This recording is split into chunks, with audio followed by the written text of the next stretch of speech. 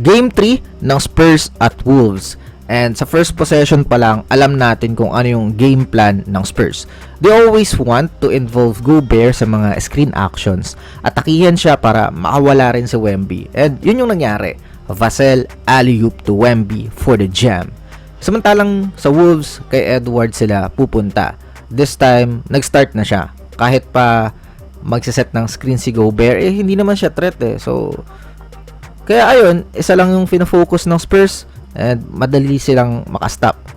Again, here, spam to ng Spurs. PNR action. Ipakommit si Gobert. Tapos ayun, tapon mo na lang kay Wemby. Just simple basketball pero effective. Hindi mo kailangan maging complicated sa mga possessions. Tapos, pagpunta sa Wolves, if hindi si Edwards, they want McDaniels na mag-create on a one-on-one. Butata kay Wemby. Walang ball movement sa Wolves, aasa lang sila ngayon sa talent na meron. Kung itatry din naman nila sa paint, medyo mahirap kasi andyan si Wemby. Tapos pagdating sa offense, pag nag-decide siya maging aggressive is hard to guard. Nagkakaroon din naman ng mga solo possessions sa Spurs. Pero kasi balance naman Dito, Wemby against Gobert, how can you stop this guy? Prayers na lang din siguro, si Gobert na yan, pero hindi niya kayang pigilan on a one-on-one off the dribble. To end the first, nagkaroon ng pagbabago sa Wolves kahit papaano.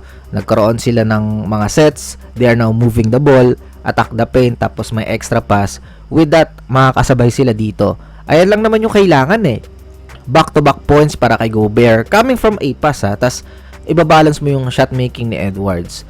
Pag may maayos na space, doon siya mag-create And ayun, nakabalik na ang Wolves sa larong ito para maging dikit yung laban.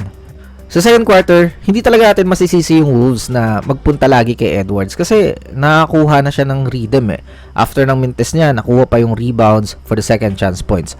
Actually, mas masipag sila dito sa game 3. Mas nagka-crush sila ng boards. Kahit dito na nag-one-on-one na naman sila, Gobert is there para sa putback dunk. And that's big para sa Wolves. After that, sa kanila na yung momentum, Naz Reid with a 3-point shot. Sa endgame, dito na magkakatalo ng diskarte. The Spurs want Wemby na mag-isolate kontra kay Gobert kasi ilang beses naging successful sa larong to Kaya nagkaroon na rin ng help but Wemby gives it sa ilalim, 2 points, 4-point lead sa Spurs. Tas yung Wolves is nagsettle na naman ng mga bad shot attempts. Last game, ganyan na nga yung naging problema. Inulit pa nila Tas ayun, Wemby ulit, isolation kay Gobert, fade away, 2 points. Buti may mga uminit sa Wolves like si Naz Reid, mga timely basket sa kanya 3-point shot. Pero Wemby, cold-blooded sa possession na to. Just wanted enough space sa outside. Binawi yung 3-point shot over Rudy Gobert. Tas yung Wolves, puro dribble. Pag napigilan, yung isa naman. Pag napigilan, yung isa naman ulit. Hanggang sa maubos yung shot clock and another bad shot attempt. So, GG's, lamang na ang Spurs sa series 2-1.